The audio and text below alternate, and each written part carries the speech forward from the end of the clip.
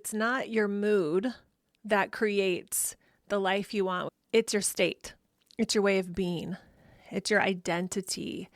It's the assumptions that you live from, that you act from every single day.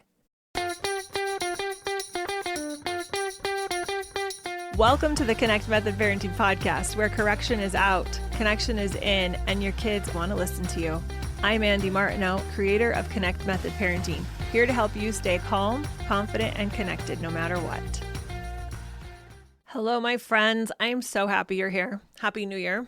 And if the new year brings the temptation to write a long list of resolutions to fix everything at once, to try to willpower and white-knuckle your way into a better you, know that I have been there. I have done that. I've tried. And that's not what we're going to do today. We are going to talk about the new year. We're going to choose who we are going to be this year, the state of being that we're going to be this year. And we're going to do it by stabilizing the state, not by chasing the perfect mood. I've tried that. Tried to always be positive and happy. It's a 50-50 world. It's not possible to do that. So we don't need to do that. Hallelujah. We don't need to have a perfect plan. Thank goodness. I've tried that too. I have fixated on the perfect plan before, and it doesn't work. And the reason we don't have to do either of those two things is because it's not your mood that creates the life you want with your kids, with your spouse, with your partner, with your mother, with your friends, with yourself. It's not your mood. It's your state. It's your way of being. It's your identity. It's the assumptions that you live from. It's the assumptions that you act from every single day. Every single day. Now, before we get started, I'm going to walk through a ton of stuff. If you're with me in one of my groups, we are going to be unpacking this live together in further detail on Friday, this coming Friday on the 9th. And I'm going to do something that I hatched right before I hit record, honestly, 5 minutes before. I thought, wouldn't it be fun to invite all of those who are listening to the podcast to join for free if you would like to? Absolutely free, just because I want to create movement. I want to create an impact. And I want you to have a different experience this year. And I know that by coming to this workshop, you're going to be able to create that. So if you want to come, take everything I talk about on the podcast and workshop it live with me and go into more detail, even more deep dives, and get feedback, ask questions, come. It's going to be so awesome. So if you want to come, if that sounds interesting, if you're in one of my groups, I have sent you the info. I can't wait to see you there. If you are not working with me right now, maybe you have in the past, maybe you never have, I would love to have you there. Go to cmp.works/A as in apple, L as in Larry, B as in ball. I'll put the link in the show notes too, so you don't have to remember that, and I'll mention it later. But that's where you can just answer a few questions, and then we will send you the Zoom registration link so you can join us live this Friday at 11:30 Eastern. So in this episode, I'm going to blend 4 core ideas, and I want you listening, whether you're going to come work with me live on Friday or not, especially if you're in one of my groups. Please listen to this. This is going to set the stage for what we're talking about on Friday. It's going to help you get even more so that I don't have to dive into all of this on Friday. You're going to have such a rich understanding so we can dive right into it. So if you're for sure coming, listen. If you're not coming, listen. Everybody listen, because this is so good. I hope you come on Friday, though. It's going to be really awesome. And I can't wait to get to know those who I haven't ever worked with, get to see some of the old familiar faces, and all of those who are working with me right now. I can't wait to dive into this with you. I created this episode to prep you for Friday. So hopefully y'all come on Friday. If you don't, take this and run with it the best you can. That's what I want for you. So again, this episode, I'm going to blend 4 core ideas. The first one is identity first. The second idea we're going to go into to prep us for Friday is decisions, cut off alternatives. The third is we're going to practice resting in the knowing and walking in the assumption. I'll talk more about that in just a minute. And the fourth one is thoughts attract, and then actions make you open to receiving what you want to create in your life. And we're going to make it applicable. And I promise you it's going to be action focused, because we're going to talk about how to create this simple framework that will set you up for success in 2026.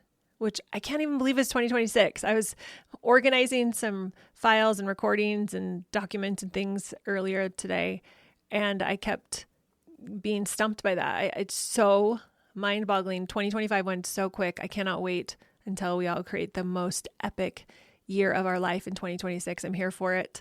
I'm here to help you too.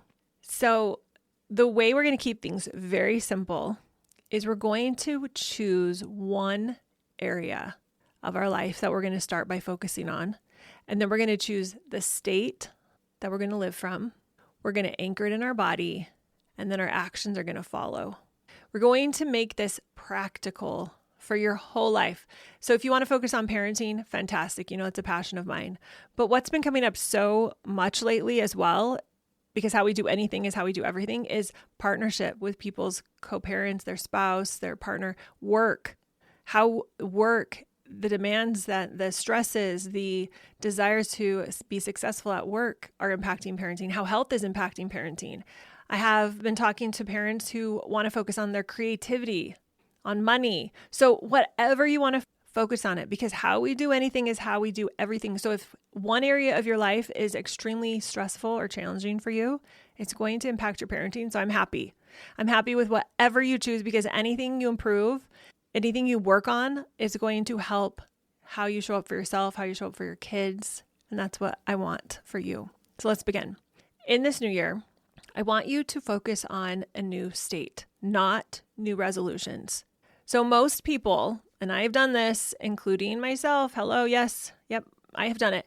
Most of us try to change or have tried to change from the outside in. So we've tried to create a new habit, create a new plan, a new strategy, but then nothing sticks because we're going from the outside in. We're choosing today instead to go from the inside out. We're going to choose the internal state first, and then we're going to let life reorganize around this new way of being. This is the New Year decision that I want you to be thinking about. Who do I want to be this year?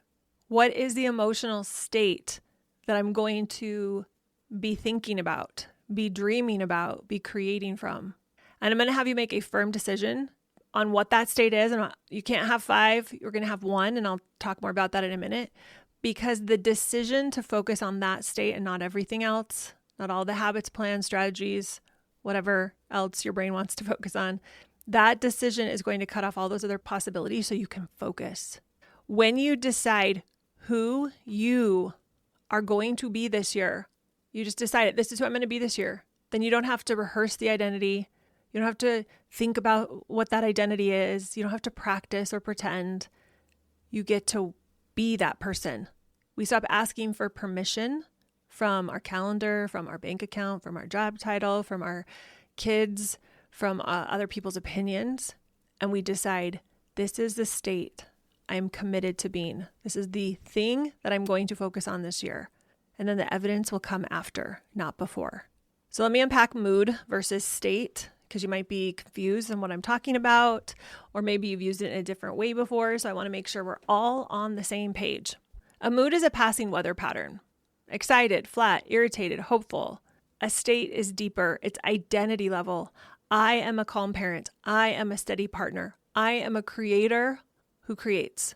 I am a guide. I am whole. Your mood can wobble, but your state can remain steady. So going back to weather patterns or weather in general, your state is the blue sky that's always there, even if clouds are covering it. When you feel like results are intermittent, when you feel like some days you show up the way you want to and you just loved the compassionate way you showed up with your kids, and other days you are irritable and annoyed, that's because we're relying on mood. But when outcomes start to stabilize and accelerate, it's because you're living from a consistent state. I saw this with my parenting. At the beginning, when I noticed how I was showing up and I didn't like how I was being irritable and annoyed with my kids and my husband and my life, I was able to start to recognize, oh, this is what's happening. And then it became very intermittent. If I was in a good mood, if I'd had enough sleep, if I was thinking beautiful thoughts, if I felt happy and positive, I might have a really great day because my mood was in a good place and I was able to create those results as a outcome of that. When it became more stable, when I could feel the consistency of how I was showing up with my kids, regardless of how little sleep I got, what I was feeling like. And I'm not saying I was perfect, but when more often than not, I was able to show up as the calm, compassionate parent I wanted to be. I was the compassionate alpha as I needed to be. I handled things with the grace and the love and the abundant space that I wanted to. I was able to do that because I wasn't relying on my mood anymore. It didn't matter how I felt. It was because I had a belief about myself of who I was, and I was in a constant and consistent state that I am someone who can show up in a calm, compassionate way. This is the through line that I want you to be considering as we're talking today. That identity, that state, that belief in who you are being, you could call it your being, precedes all the results you want, all the outcomes you want. You embody the identity first without external proof and let the outer world catch up. So as you're thinking about 2026, I want you to think, what is the identity I want to have? I don't want you to think about what are the things I need to do or the plans I need to make or the habits I need to develop. I want you to think about the identity you want to have. You might have no external proof, and that's okay. When I was creating my identity around being the mom I wanted to be, I had to do it before I had any external proof. Let me give you another example. When I went to nursing school, I finished in 2.5 years. I fast-tracked my way through. I had done a few college classes in high school, which was helpful, but I talked my way out of prereqs and got right into the level 200 classes, went year-round. Anyway, it was because I believed that I was going to be able to do that. I made a decision that I was going to finish nursing school very quickly, and there were lots of reasons for that, but I just believed I could do it. I decided I was going to do it. There was no other option. I didn't do it out of a graspy, needy way to prove anything. I just decided I wanted to do it, and I did it. I embodied the identity first, someone who finished nursing school in 2.5 years. I did have I had a semester where I had to break while I was waiting to get into the nursing program, but it was about 2.5 years, and I just made it happen. So there might be something in your life that makes no sense. That in the logical world, it doesn't feel like it's possible, but you can create the identity inside of yourself that it is. When I look back on my life, at the things that I created for myself, whether I intentionally or unintentionally did it, I can always pinpoint it to the identity, to the state, to who I was being that allowed me to create it. And when I didn't create the results I wanted, when I stumbled, it's because I didn't embody the identity first, or I was thrown off every single time. So look back on your life and look at the times where you created amazing results for yourself. It's because you believed it first before you had any results or enough results to prove it without a shadow of a doubt. You stepped into that belief before. And then once we have the results, then it's easier and easier to show up with confidence in that specific scenario or to create those specific results. But what typically happens is then we want to create something bigger for ourselves. We want to step more into who we are. So your life can't consistently deliver what you refuse to consistently be. So we have to assume the end in mind. We have to assume the wish that we have for ourselves or for our kids or for our life has been fulfilled already, and then surrender the how. Yes, you heard me right. We assume the end. You feel gratitude for it as if it's already done. You direct your imagination to the finished scene and stabilize your nervous system in the afterglow, in the feeling of abundance and success and confidence of completion. And then you let the how reveal itself to you. And it will. You'll have ideas. People will come into your life. They'll have increased capacity. Your job is to embody the state of being, to be the person, and to take the next right step. And the path becomes visible as you walk it. The more you try to control the entire sequence, the more you scatter your energy. The more you fuse with the identity, the clearer your intuition gets. Meaning, this is from my experience and from the clients I've worked with, that when we start becoming the version of ourselves that can create this result, before we've created the result, we start feeling nudges, maybe to call somebody. Or when the kids start pushing back, you lower your voice instead of raise it. You just become someone who does that. Or when your husband comes home and plops himself on the couch, instead of offer to help with the kids, you feel compassion towards him, towards yourself. You gather your thoughts. You feel your emotions before you go and do something that you might regret by telling him something that you wish you hadn't said. You gather yourself first, and then you maybe go talk to him. Or you put your phone down. You just put it down for 3 hours. You leave it alone, and you're so present with the kids. Or you text a friend that you had a misunderstanding with instead of letting it linger for days or feel like the victim. Or you choose to clean the bathroom instead of fuming that it's dirty. Or you hold a compassionate yet firm boundary with your kids instead of making them wrong. This is what starts happening when we start to become this new version of ourselves, when we assume the end in mind, when we start to visualize every single day. So just the other day, this happened to me where I was able to sense something that has now just become part of my identity versus something that used to be very bothersome. So when I had little kids, I was always resentfully accommodating. I was picking up toys or doing the dishes or folding their clothes, but I was doing it from a place of, oh my gosh, the kids are lazy, or my husband's not helping, or the house is so messy. I was being a victim and wanting the surroundings to be different, but I was creating exactly who I was being. I was being resentful. I was accommodating out of feeling like I had to. I was resentfully accommodating is my favorite term. I was resentfully accommodating everywhere and wondering why things weren't getting better. Well, it was because of how I was being. Things can't get better in my life if I'm being resentfully accommodating at every turn. Of course, my kids weren't going to change. Of course, my husband wasn't going to change. They were nervous. They were worried because I was always frustrated. And then I remember making the decision that if I ever decided to do a dish, to pick up a toy, to fold any laundry, that I was going to choose to do it. I was not going to resentfully accommodate anymore. And if I couldn't choose to do it, I'd either not do it or I would wait till I wasn't fuming and I'd ask for help. But I would not be a resentfully accommodating human ever, not anymore. And that has become my state. That has become my identity. I will not do something if it's going to make me angry or frustrated. It's not who I am anymore. So it doesn't show up in my life. This morning I woke up. I wasn't feeling very well this weekend. And so I went to bed fairly early. And I woke up this morning and my house was spotless. And I did not go to bed with a spotless house. My kids had picked it up. I still don't know who did it. I texted the family chat and I said, I don't know who did this, but the house was spotless. Thank you so much. It might have been a couple of the kids. I'm not really sure. That is my reality now because of how I'm showing up. And some nights I go to bed and the house is messy and someone else picks it up. And some nights I turn on a book that I want to listen to or a podcast episode or a YouTube video or something that I feel really happy to listen to. And I want to be busy while I'm listening to it. Personally, I don't like to sit and listen to things. I like to go on a walk or do something productive in my house. So I'll turn that on. And sometimes it's almost like therapy for me to just listen to something and be productive.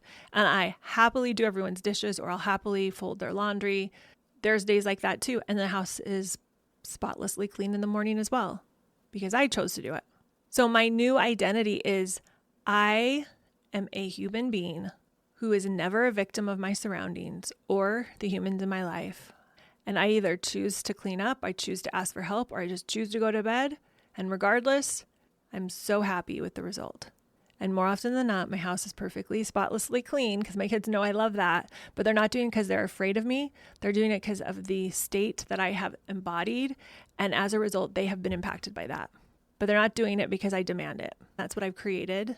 So as a result, I have created a state where I refuse to do anything in a resentfully accommodating way. And instead, my state is I always choose to do what I want to do. And I choose to love my results regardless. And I don't make anybody else responsible for how I'm feeling.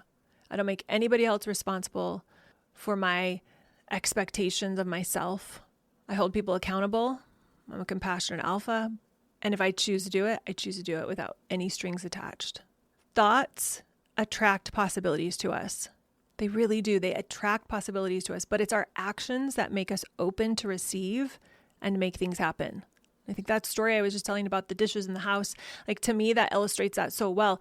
It was my thoughts that attracted the possibility that I could choose to do the laundry or not do the laundry or the dishes or clean up the house. I could choose to do it or not to do it. And regardless of if I did or not, I was going to choose to do it from a place of intention and from a place of compassion and from a place of ownership. So I started to create the possibilities because of the decisions I made about what I was thinking. And then it was my actions that allow me to open up and receive things, that allow things to start to happen. So sometimes my kids clean up the house without me even mentioning it, and sometimes they don't. But regardless, my actions, my example of showing up as a mother who intentionally chooses to do whatever she does and intentionally chooses to not do whatever she does and doesn't make anybody wrong about either choice, allows my children to create a whole new state for them. So we think from the end, we act like the person for whom the end is already true. So you visualize and you open your capacity. You imagine and you create the state inside of yourself ahead of time. You believe and you prepare the back end. So your state sets the channel and your actions make you receivable. Does that make sense? So think of an old radio, the kind that you just have to tune into the channel. If you don't know what I'm talking about, go ask somebody much older than you or go watch a YouTube video. You used to have to tune into whatever the channel was. And that is the state. But the actions, the actual radio device makes it receivable. Does that make sense? We have to have both. So we have to set the channel. But if the radio was broken, if it wasn't doing anything, it wouldn't be able to receive the station. It wouldn't be able to receive the frequency of whatever that radio station was. So we have to have both. We have to have the state of being inside of ourselves and then actions that match the state, which the actions will match the state once we're in the state, I promise. That's why the doing is so much easier when we're in the state and we don't have to think about it as hard. The plan and the steps and the reminders, we might have that, but we don't need to fixate on it. So your state of being, how you are feeling, what you are believing, what you are thinking, the emotions that are coursing through your body, those set the channel. Think of the radio station as the channel, 1550 or whatever. I think that was one of the country stations when I was growing up. That's the channel. But I've got to plug the radio in. It's got to have power to receive the station. That's the actions. So the state you want to live from is certainty, trust, confidence. And then the actions we take will be from that energy and we can receive this new reality into our life, this new way of being, this new way of interacting with people. But you don't want to rush it. If you start thinking, I got to do this right now. I love this idea, Andy, and I'm going to go do it right now because I don't like where I am. I don't like the results I have. I got to get this done fast because I don't have what I need. I just have to warn you that is going to completely backfire in your face because that is not coming from a place of calm certainty. So don't rush it. If you feel rushy, you've slipped out of the state. And I want you to return to knowing, return to believing, try to return to a place of confidence. Think about the end in mind. So I'm going to take you through 9 steps that I'd love for you to use all year long. And I want you to think about all of the stuff that I've talked about so far, the state of being, how important that is, and infuse it into everything we talk about. Think about that as the primary focus for this year, because it's one state at a time that's going to change your life. So, step 1, let's pick an area of focus. One area that you're going to practice being different in. We're picking a time of day, a person, something that we can begin to focus on and be someone different in that moment. So we don't have to be different in every moment in our life right now. For example, maybe it's morning with the kids. Maybe it's dinners. You want to put the phone down. You want to have conversation. You want to interact. Maybe it's your sleep routine. Maybe it's a creative work project. Maybe it's your money stewardship. So think about one area where maybe you feel rushy. Maybe you feel scarce. Maybe you feel lack, hesitation, you don't feel confident in, and write it down right now. If you're driving, don't write it down, but if you can, write it down. And let that be enough. We're going to go deep. We're not going to go wide. Step 2, I want you to name the state that you're done living from. Not because it's bad, not because it's wrong. We're just completing this state. We're not going to argue with it. We're just putting it down.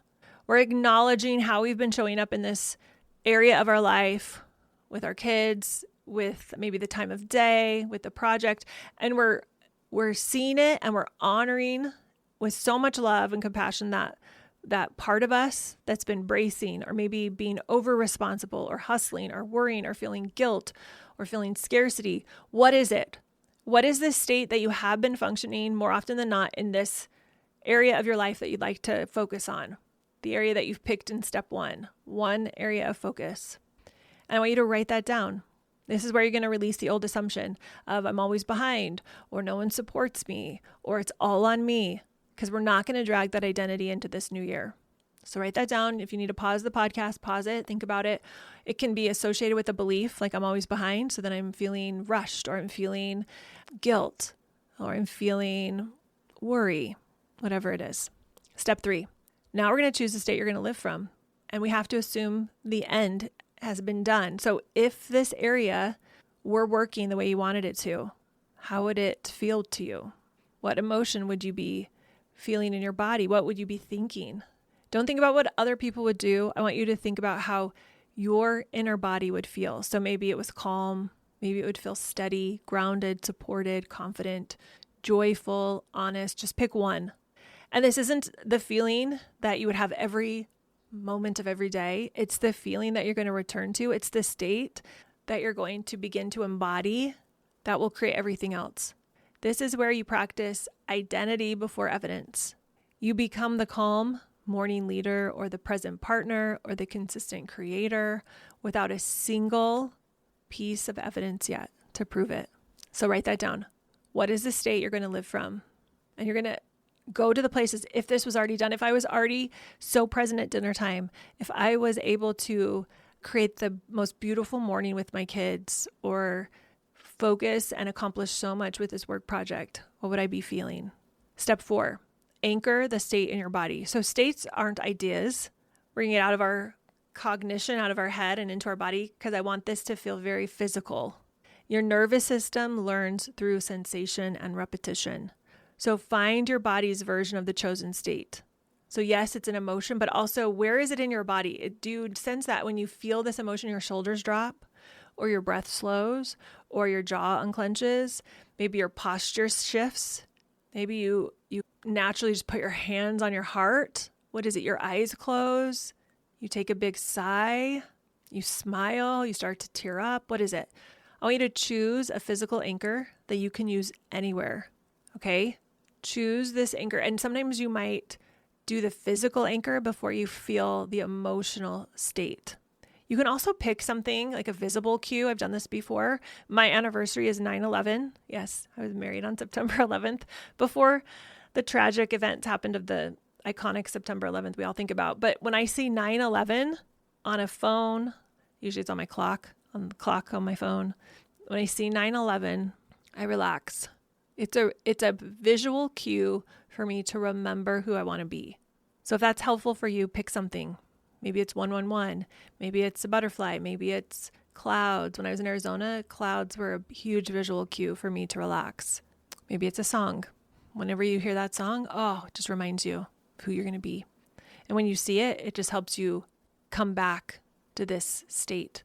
This can be a way of you perceiving who you are, to tap into this deeper trust, this oneness that you have with who you're becoming, who you're unveiling, the ability we have to get to know ourselves even more, to see more of who we really are under all the layers. It's really powerful. Okay, step 5. Ready to go on? Step 5 is identity. So who you are from this state, not who you're trying to be. I want you to think of who you naturally are when you're in this state. This is the work of getting into the state or our identity before we have evidence. So some examples are, I'm someone who trusts myself. I'm someone who responds instead of reacts. I'm confident. I'm creative. I'm someone who puts their phone down at 5:30, doesn't pick it up until the next day. Something like that could be very concrete or a little more abstract. I don't want you to make it a mantra. I want you to decide who you're practicing being. And this is where you adopt the state before the title, you could say, the leadership before the title, the confidence before you get any compliments for how you're being, the wholeness before you have any validation from anyone that you're changing. One of the things that I love to do that strengthens my identity is by asking myself a question. I'm going to give you some examples. You're going to have to make your own question based on your goal. But if I was working on being in this state of trust, I might ask myself this question every day. How do I have the ability to trust myself so explicitly? So I'm coming from the end in mind. I'm saying, man, I have this ability. Like, that's amazing. How did I get that? It's so great. Or if I was working on my health, I might say, how do I have the body of an athlete? Or if I'm trying to honor my own boundaries, I might say, how do I honor what I want so well? Or how do I have such great boundaries? If I was working on something around parenting with the kids, I might ask myself every morning, how do I have the patience to handle whatever the kids throw at me? If I was working on my relationship with my husband, I might ask myself, how do I have the most incredible relationship with my husband? The reason I love asking a question this way is because it puts my brain into the end result. It's as if I already have it and I'm reflecting back and I'm thinking, man, how did I do that? That's amazing. But I'm coming from the place that I did it, that I have the great boundaries, that I have the body I want, that I can trust myself, or I have the boundaries or the relationship with my kids or my husband, whatever it is. And I ask myself that every day. So this is a really fun thing to do every morning as you're waking up. And you can write down the answer, or you can just reflect on it.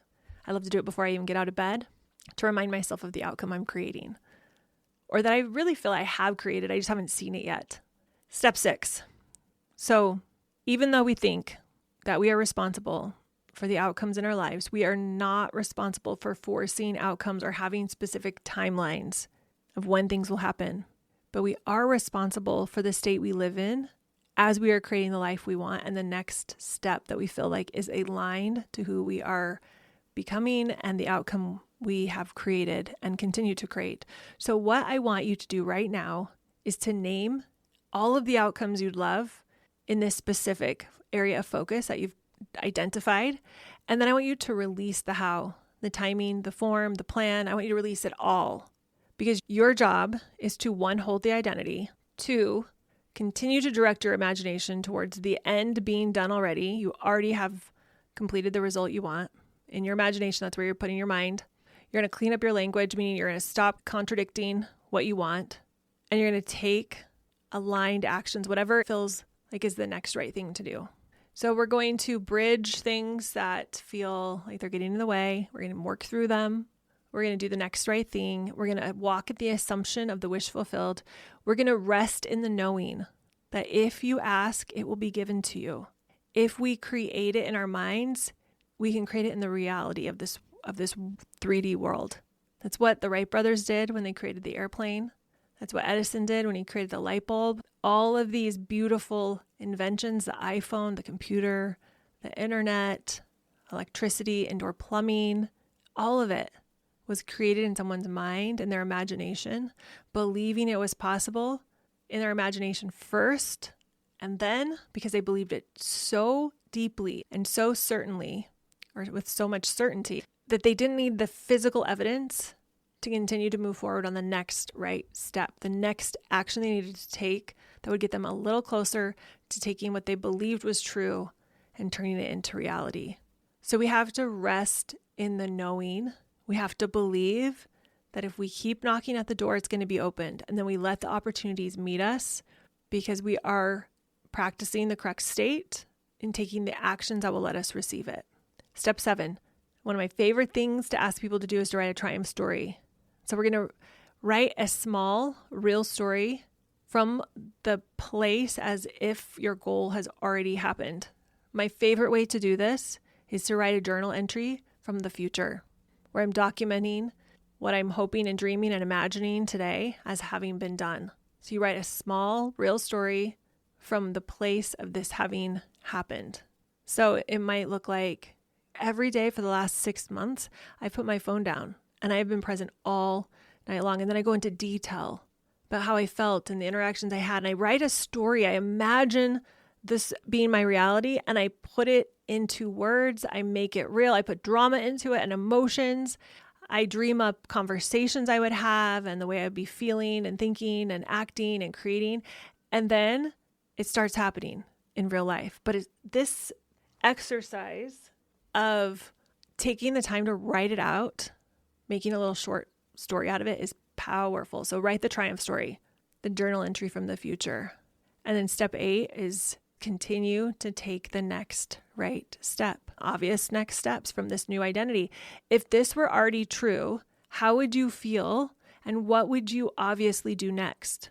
What would you obviously do next? And this is for today. Okay, so if that was inevitable, if I was for sure going to see my triumph story come to life, that was what was going to happen by the end of 2026, then what's one thing I can do today? Well, I can put my phone in a basket during dinner so I'm not tempted to look at it, that if I wanted to be present during dinner. Or if the mornings are just crazy and I want to create a peaceful morning, maybe I can put the shoes out, get the backpack set out, make lunches the night before, something like that. Do you get my gist here? Remember that this is about coming from the state that we want to be first and foremost. It's the most important thing is, what would I believe? What would I think? What would I feel if this was already my reality? And then if that was already my reality and I backtracked it, what would I do today? And then you can go back to the future and say, what would I be doing then? Okay, I would be doing these things then, so let me do them today. If I was trying to be better with my kids at night, I would put my phone away. I would think of things to do. I would have activities. I would get excited. I'd make sure I was rested and intentional. So now let me do some of those things today. So last year, if you've been following the podcast for a while, I went on a 6-month trip abroad with my family. We left the country for 6 months. It was amazing. And that was something I put into works years before. A decade before I had decided to live in a state where that was possible. So when it happened, it felt natural. I was ready for it. I was ready to do it. I was ready to experience it with my kids. It was incredible. But I had to live from that state years and years before to make that happen. The relationships I have with my children and my husband were created from a state of believing that it was possible years before that became my reality, especially with my husband. And I don't think he would mind me saying this, but we met in high school. We're high school sweethearts. And I think there's so much beauty to that, but there's also so much learning that you have to do in growing up when you meet someone so young. And we had a lot of learning and a lot of growing, and it was rough.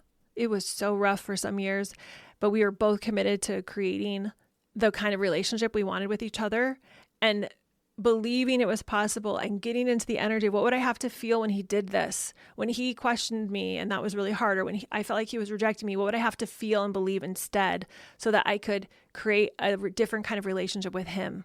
Same thing with my kids. We just went on a Christmas cruise, and that's something I created 6-8 months ago. I decided, hey, this is what we're going to do. And I had to believe that we could afford it and that everyone would want to go and that would be really amazing for family. I created that way before it became a reality.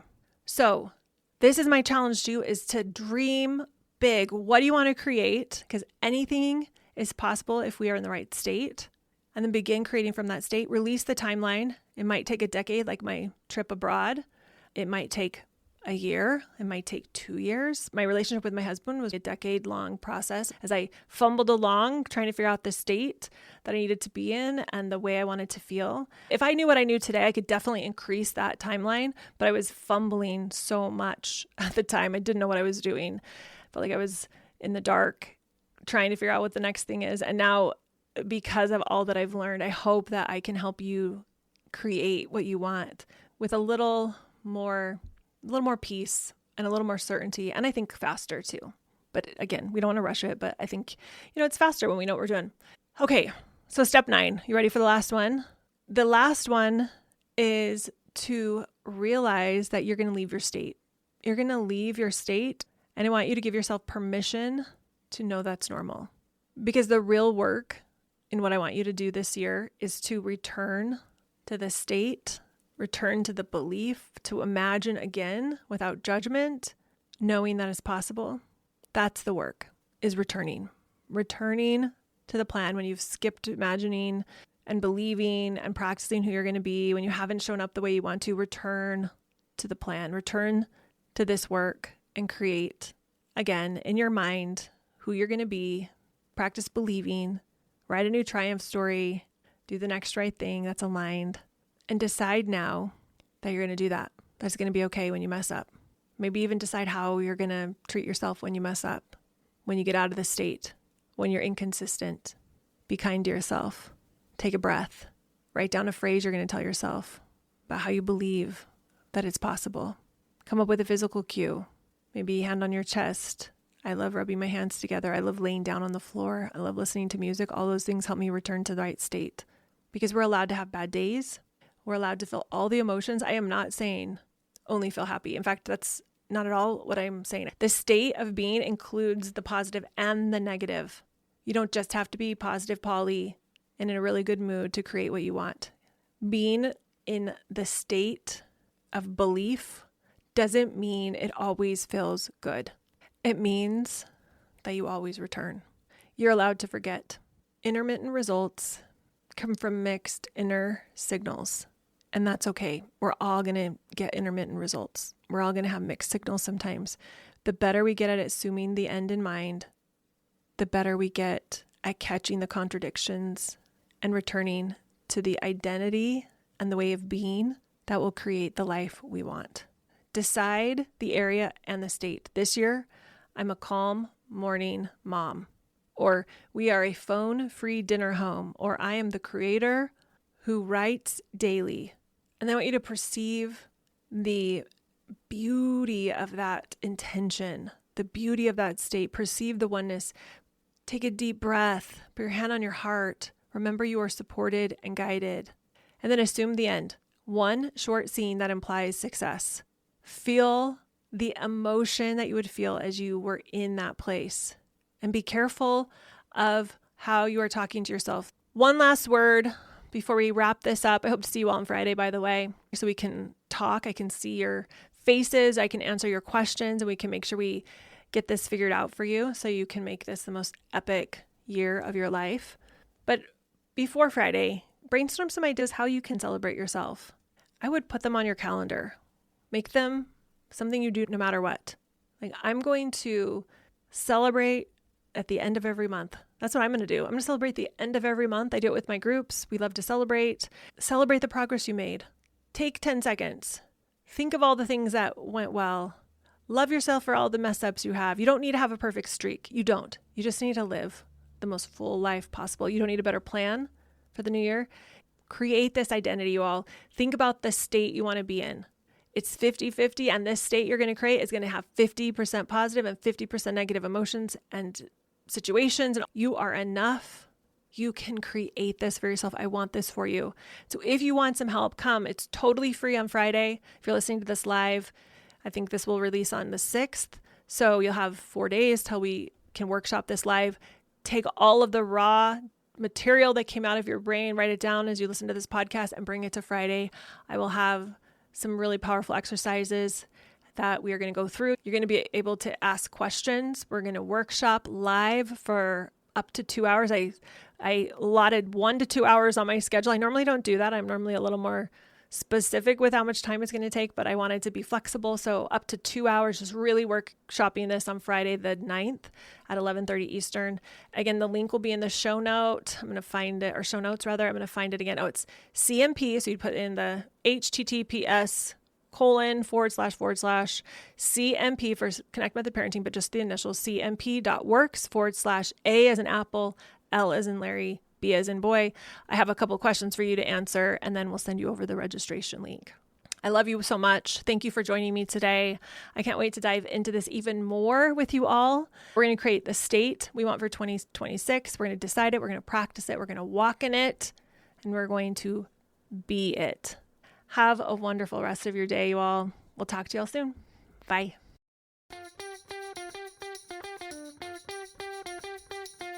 If you enjoyed listening to this podcast, come check out my Connect Method Parenting Coaching Program, where we take this material and we apply it using my proven formula. Head over to cmp.works/join.